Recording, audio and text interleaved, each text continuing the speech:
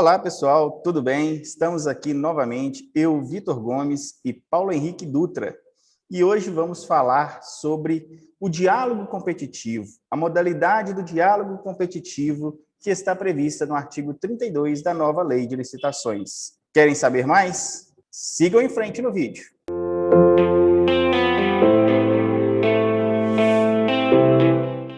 Bom, pessoal, então falando sobre o diálogo competitivo, nós temos a definição do diálogo competitivo lá no artigo 6º, inciso 62, que trata-se da modalidade de licitação para contratação de obras, serviços ou compras em que se realiza o diálogo com os licitantes, previamente selecionados pela administração pública, por critérios objetivos e com o intuito de desenvolver uma ou mais solução capaz de atender à necessidade pública, devendo ainda o licitante apresentar uma proposta final após o encerramento dos diálogos. Então, o que é isso, na verdade? Vamos imaginar que eu queira construir uma casa.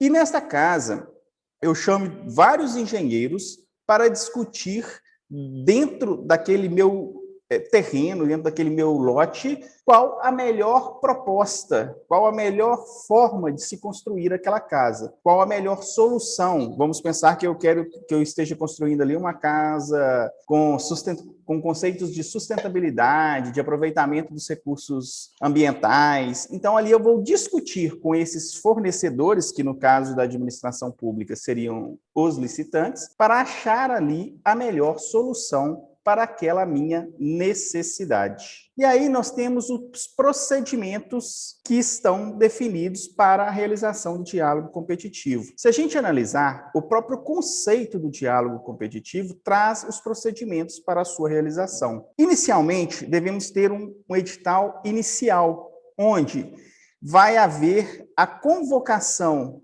da sociedade, dos licitantes, dos fornecedores, para que manifestem o seu interesse em apresentar soluções conforme a necessidade da administração pública. E detalhe, quando a administração pública publicar estes editais iniciais do diálogo competitivo, deve haver um prazo de 25 dias úteis entre a publicação e a convocação desses licitantes. Outro ponto que nós temos aí nos procedimentos é que os diálogos com esses fornecedores, com esses licitantes, eles são individualizados, porque as propostas, as soluções que ali forem apresentadas, elas são sigilosas. E a administração pública vai poder estender esse diálogo, essa conversa com os licitantes, por quanto tempo for necessário para se encontrar a solução que atenda ao interesse público e à necessidade da administração. Seguindo nos procedimentos, nós temos agora, na verdade, a publicação de um novo edital. Esse novo edital, que é lá na fase competitiva, e após escolhida a solução que atenda à administração, vai ter que ser publicado com prazo mínimo de 60 dias úteis para convocação e apresentação de propostas pelos licitantes, indicando a solução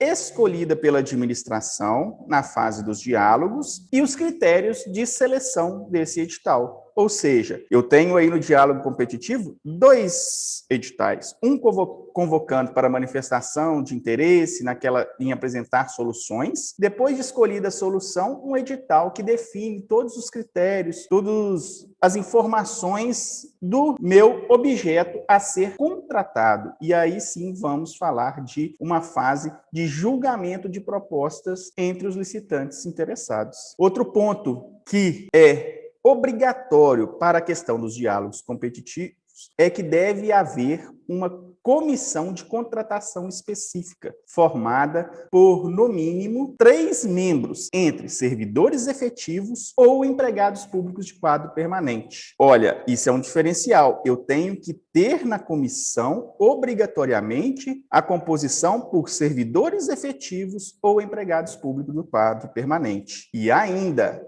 a administração, no caso, pode contratar profissionais para auxiliar essa comissão de contratação específica, através de contratação de profissionais de assessoramento e de auxílio à comissão. Esses profissionais, no entanto, eles deverão assinar termo de confidencialidade e não podem ter atividades que possam configurar conflito de interesse. Olha, imagine eu sendo contratado como um advogado para auxiliar numa demanda jurídica muito específica, mas eu também advogo para um dos licitantes que vai apresentar essa solução. Causa aí uma estranheza e uma inviabilidade na minha participação em ambos os lados. Mas isso em qualquer também atividade que possa estar sendo licitada por meio do diálogo competitivo. É interessante frisar nesse ponto, né, Vitor, a questão de que essa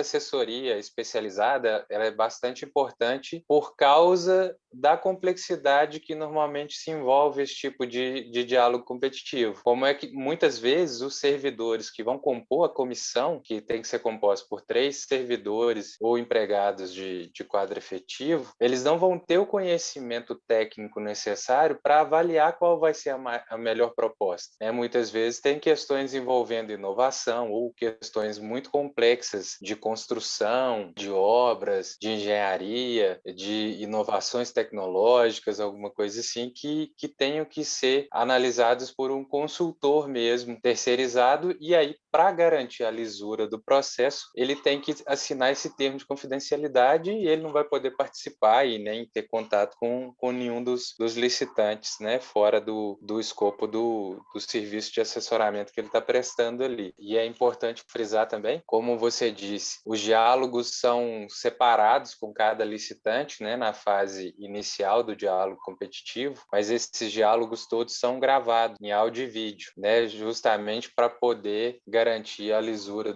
desse processo como um todo. São diálogos individualizados e que têm aí uma obrigação, né, de quando estão sendo realizadas essas reuniões, que ao final seja registrado tudo em ata e gravados em vídeo e áudio, que serão todos parte de composição do processo final. E aí, para trazer para vocês também a questão dos objetivos do diálogo competitivo. Quais são os objetivos do diálogo competitivo? O objetivo é atender licitações de inovações tecnológicas ou técnicas, de licitações onde haverá impossibilidade de atender as necessidades da administração sem que haja adaptação de soluções existentes no mercado. Então, a administração foi ali, pesquisou no mercado, viu que existem várias soluções que uma atende de uma forma, outra atende de outra forma, outra atende, mas tem ainda um ponto também que nenhuma das soluções vai atender a administração. Então, eu vou precisar pegar essas soluções e adaptar, né? Nenhuma delas vai atender plenamente o escopo, né? Exatamente.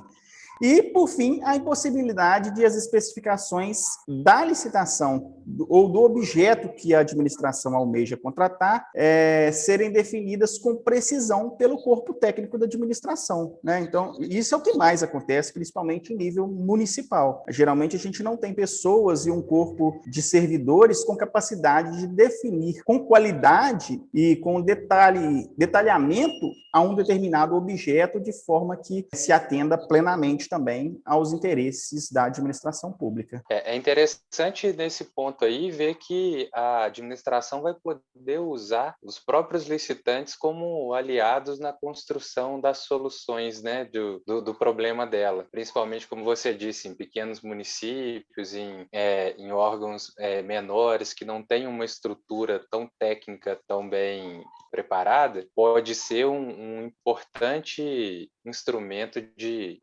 aperfeiçoamento, né, de todo o processo da licitação. É um procedimento, na verdade, uma modalidade de licitação que busca trazer para a compra pública uma união de interesses, um diálogo, uma conversa, para que se chegue ali a melhor solução para atender ao interesse público. Bom, pessoal, sobre o diálogo competitivo, é isso que tínhamos para falar nesse vídeo de hoje. Agradecemos aí pela audiência de vocês e até um próximo vídeo. Muito obrigado a todos, um abraço.